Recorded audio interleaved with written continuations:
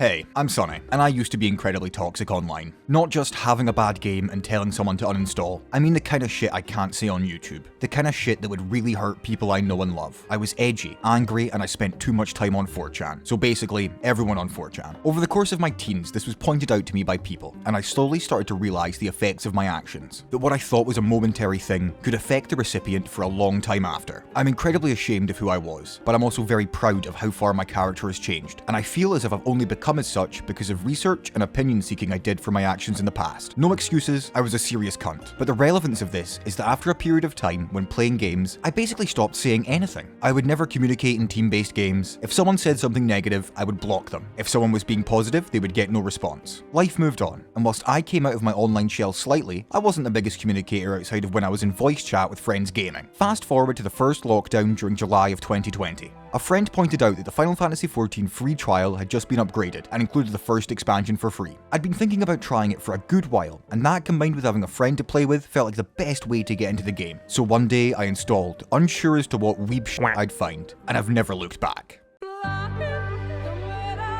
I don't want to go too much into gameplay here. There are many videos going over the pros and cons of Final Fantasy XIV as a game. What got me interested and hooked was the community. You see, there's one annoying restriction for the free trial. You can't make a party. We would have to ask in a public area if someone could make one, invite us, and then leave. Which felt stupid, and I didn't really want to annoy people by asking them stuff. But we really wanted to do the dungeon together. So I sucked it up and asked. And I was greeted by a flood of helpful and friendly people. All of this because of the little green plant that was above my head. That plant meant I was a sprout, aka a new player. And Final Fantasy players love sprouts. Whispers left and right asking if we got him, if we needed any help going forward, adding us as a friend, and if we had any questions just to find them. I was honestly amazed. I'd heard the community was good, but never this good. Any question you have, no matter how stupid, someone will answer. Requests for getting carried through story content, people will help. Not understanding some of the weird mechanics? You got it, someone will gladly help. Fast forward and we've beaten the main story quests for the base game and the Heavensward expansion. What a journey. Every group instance we did was filled with friendly people, greetings, memes and support. Amazing boss battles, phenomenal and beautiful music, and game design that oozed the developer's passion. I was in love with it. The role-playing aspect of the game was hugely surprising to me. Aside from people soliciting extreme raid progression, there were literal in-game bands that travel from server to server, like the Songbirds. Because Final Fantasy XIV's Bard class has the ability to play a variety of instruments, so players either set up a mod so they could use their IRL MIDI keyboard to play, or set up a script to do their part. Players crafting gear for new players without asking anything in return. They had me hook, line and sinker, so I got out the bank card and bought the game, because I was onto the Stormblood expansion next. The thing is, during the course of Heavensward and Stormblood, something changed. I was greeting my in-game parties. I was friendly, courteous, and as helpful as I could be. Because everyone had been so nice to me, the sheer kindness had rubbed off on me. Whenever I was having a bad time in real life, I knew that I could log on and be met by friendly faces, words of encouragement, and one of the strongest feelings of community I'd ever felt, even if they were all strangers. And I could also encourage others. Truly, a group of people all so passionate about something they loved. And it's great to be part of a big community. The engagement I felt from everyone was out of this world. Whispers from everyone about how good the next expansion was, and how they wished they could replay it for the first time again, guiding me on towards Shadowbringers.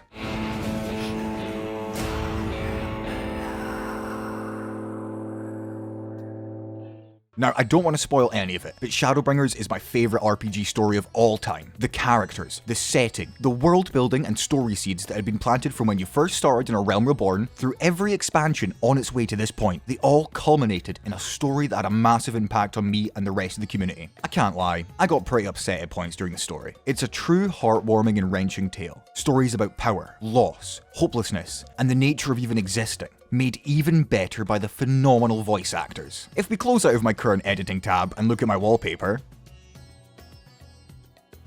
Joe Dempsey's performance as Ardbert is outstanding, and he's well versed in performing, like when he played Gendry Baratheon in Game of Thrones. The other voice actors are totally amazing, but Ardbert's plight hit me personally.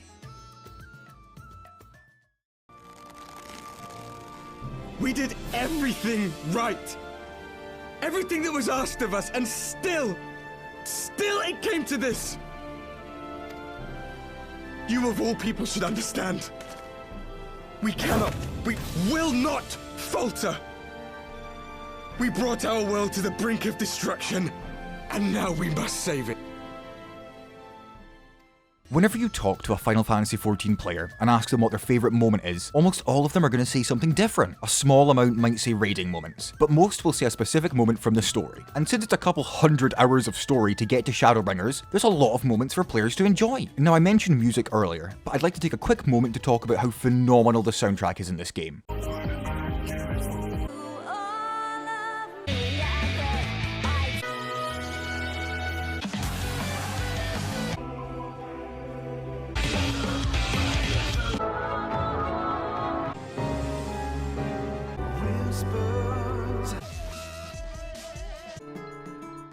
This man, Masayoshi Soken, is a god amongst humans. The sheer creative energy he brings to every new bit of content is unreal. The musical selection in Final Fantasy XIV covers not just basically every genre, but every mood, atmosphere, and emotion. And he also put in some of his best work when he was in fucking hospital with cancer. His co-workers were asking him to work less and just to recover, but he knew how much everyone loved him, and how much his music had given people, and how much it meant to them that he kept on working. And thankfully, he has recovered, and he's working hard as always, motivated by the fact that millions of people love and engage with his musical creations.